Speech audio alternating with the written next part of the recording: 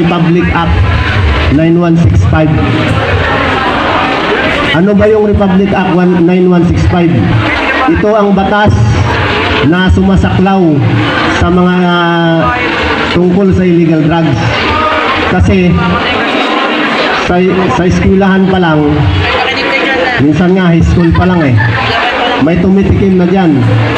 Dito sa inyo, sigurado ako hindi 100% ang hindi nakatikim. Marami nang tumikim sa inyo. Bulaan man ako kung sabihin ko yan sa inyo. Pero totoo yan. Mayroon na sa inyo dito gumagamit yan.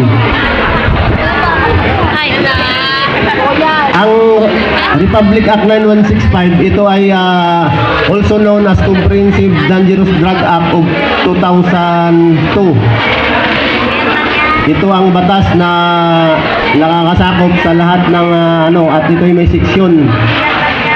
Hindi ko na sasabihin sa lahat kung anong mga seksyon ito, yung usually na nangyayari lang dito sa sa paligid natin. Kung ano bang seksyon ang kadalasan na ng mga gumagamit o nagtutulak.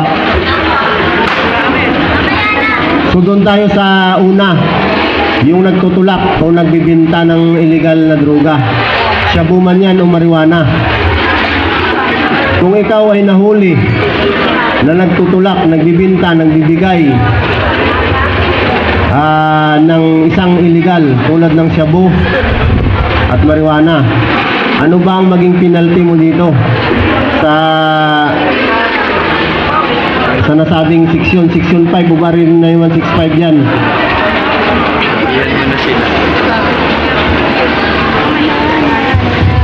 Ang penalties talaga niyan pag kayo ay nagbibinta, halimbawa nagbinta kayo sa loob ng school at nahuli kayo, ang unang ang unang penalties niyan ay life imprisonment to death, lalo na kung malaking grams o kilo na ang nakuha sa inyo.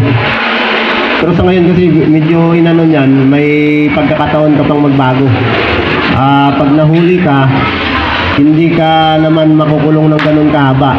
Bibigyan ka pa ng pagkakataon at makakalaya ka rin. Pero once na inulit mo at nahulihan ka sa ganung ikaw may hahatulan na at madadala na dun sa Bureau of Jail para buluin mo na yung taon na dapat mo itukulong, ipagkakakulong. School teachers na nandito, nakakatuwa. Bago po ang lahat, ako po yung nasa Women's and Children's Protection Desk.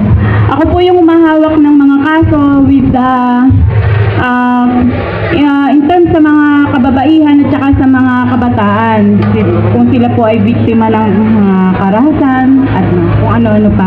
Nakakatuwa, ang dami kong nasa isip pero parang hindi ko malaman kung paano ko sasabihin. Kasi hinila lang ako nung kasama ko dito. Pero gusto ko yung mga ganito para makapagbigay ng konting kaalaman na magagamit para maiwasan natin yung maging biktima ng karahasan. Sabi ko nga sa inyo, kanina nagtatanong ako, ilang taon na ba to? Sino-sino ba yung mga participants na nandito? Ito pala ay 3 years and 4 years na diploma. Tama po ba? Kasi usong-uso ngayon yung yung mga karahasan katulad ng bawal bastos law. Naririnig niyo ba yon? Yes. Usong-uso yan ngayon. Madaming pumupunta sa amin na nagiging biktima nitong bawal bastos law na to. Kasi dati maliit lang ang sexual harassment lang ang pwede nating ikaso pagka tayo nagiging biktima ng mga pambabastos. Pero dahil inamen dyan, pinalawak, kaya na-create yung bawal bastos law. Kasi yung RA 7877 sa school lang, sa trainee and trainer lang, sa mga employee-employer lang. Ngayon, yung bawal bastos law, lahat na siya. Kahit nasaan kayo, basta public places, naranasan nyo yung pambabastos sa na ginagawa sa inyo, pwede kayong magreklamo na. Pero, ang sabi sa bawal bastos law, lahat ng first offense is sa barangay muna. Kung yan ay nangyayari sa, ano ba yung businesses. Madami, di ba? School, restaurants, palengke, shuttle. Basta lahat siya ng public na nito. Kasama na po yung school. Yun nga lang, ang nakakalungkot, ang first offense muna niya is pang barangay.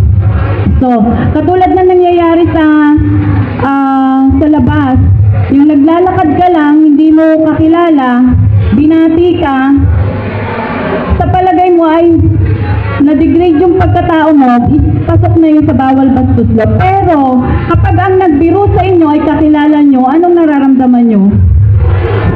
Wala, di ba? Parang masaya lang kayo na biniro kayo na malaki yung yoga or na ano kayo ng konti na nayapos, di ba? Natutuwa kayo kasi kilala nyo yun. Pero pagka ang nang biro sa inyo ay hindi nyo kilala, ano naman ang nararamdaman nyo? Natatakot kayo, nababastos kayo. Yun, pasok siya sa ganon. Napakarami kasi ngayong krimen na nangyayari. Kahit yan ay araw, kahit yan ay gabi. Yung simpleng naglalakad lang tayo dyan sa labas, nakasakay tayo sa jeep. Hanggat maaari, lalo pag gabi, huwag tayong maglalakad mag-isa. Lagi tayong may kasama. So wala lang kasi tayong PowerPoint. Meron kami kasi kung paano ba ipagtanggol ang sarili, kung paharap, patalikod, o ano ang gagawin. So, maganda sa mga kababaihan, magdala kayo ng panglaban sa sarili nyo, katulad ng piton, spray, yung pwede nyo magamit, yun. Kasi ang nagiging biktima naman talaga dito, alam niyo ba kung sino?